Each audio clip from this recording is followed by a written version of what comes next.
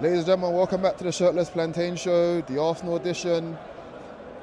Arsenal 0, Newcastle United 2.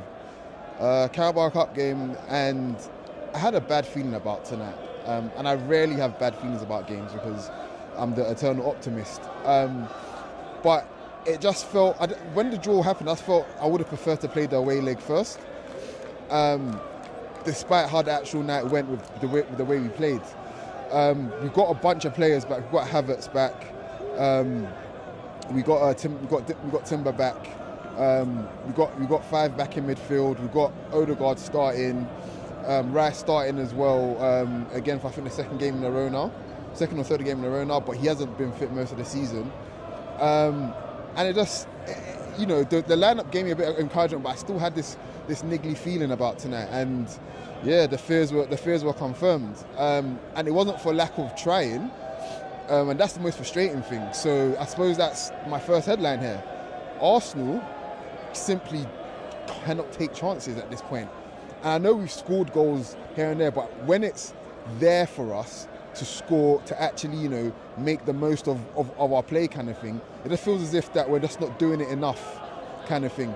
Brentford happened, and Brentford was a great game, but Brentford was a very, very weird game as well, considering how sick we were as well. But, I feel like Saturday and today was probably a little bit closer to what we've seen, of late, despite us being on this unbeaten run. We've been solid at the back and just haven't really, consistently created enough chances and taken them kind of thing.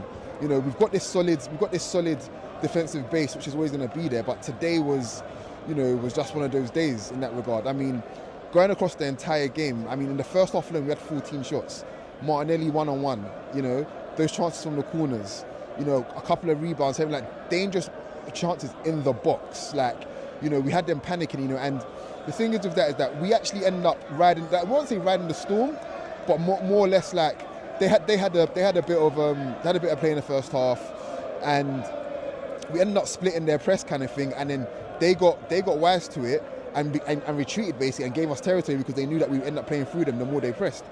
And that's when most of our chances came. I just felt like, that encouragement, we didn't make the most of it. And then they get a goal pretty much out of nothing, a flick on, which I suppose leads me into my next headline. If you're not going to take your chances, don't give them up to a team that's got Alexander Isak. Alexander Isak, to me, is the best 9 in the league. And there's a reason why Arsenal are interested, a bunch of teams are interested in him, to be honest, and the reason why Newcastle are trying to tie him down. He's one of those players that genuinely, he might be the first player in this league since this partnership of Saliba and Gabriel has come together. He might be the first player where they look actually a little bit scared.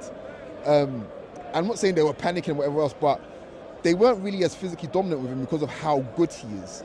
He definitely has an aura about him, and they respect it. That's what good players are. Good players are not stupid. You know what I mean? And he's got that gravity towards him kind of thing, and he doesn't mind picking on whatever the centre back. He'll go for either one of them and try to do his thing. He's a top quality player, and to be blunt, he was the difference. He scored and assisted. He was completely the difference, and that's where I feel like Arsenal are at now. Despite all the good work Arteta's done, the final pieces in the final third, we need them. We absolutely need them. Rotation, good top quality rotational pieces, but actual star as well, in the starting 11, because love Havertz, love Jesus, love Martinelli kind of thing. But to me, I feel like these sorts of players, their value increases so much more to Arsenal when you've got a real top quality gem. The Newcastle fans are going nuts, absolutely, by the way. That is whatever anyway at this point. I'm a little bit rattled, as you can see. And my third and final headline was, the game's not over, the tie's not over, but it's going to be flipping hard, very, very, very hard. And I'm in two minds now. I'm thinking, do we just, go there with a rotated squad and just take it, or do we really, really go for it? It's going to be very, very hard to overturn 3 goals at St James's Park. They don't win anything. They're going to be baying for another final kind of thing. So it's going to be very, very difficult. But that's where we're at now. On to United on Sunday. We're wearing those dreaded white kits as well. So let's dust ourselves down. We've got a couple of days rest now. Good bit of rest. Let's dust ourselves down. and we go again on Sunday. I've been Coach. Happy New Year, and we'll speak after the United game. Take care. Peace. Hey folks, this is Dean from the Shirtless Plantain Show. Don't forget to subscribe, comment, and follow us on all our socials. You can see them right beneath our recordings in every video. Thanks again, and see you on the next one.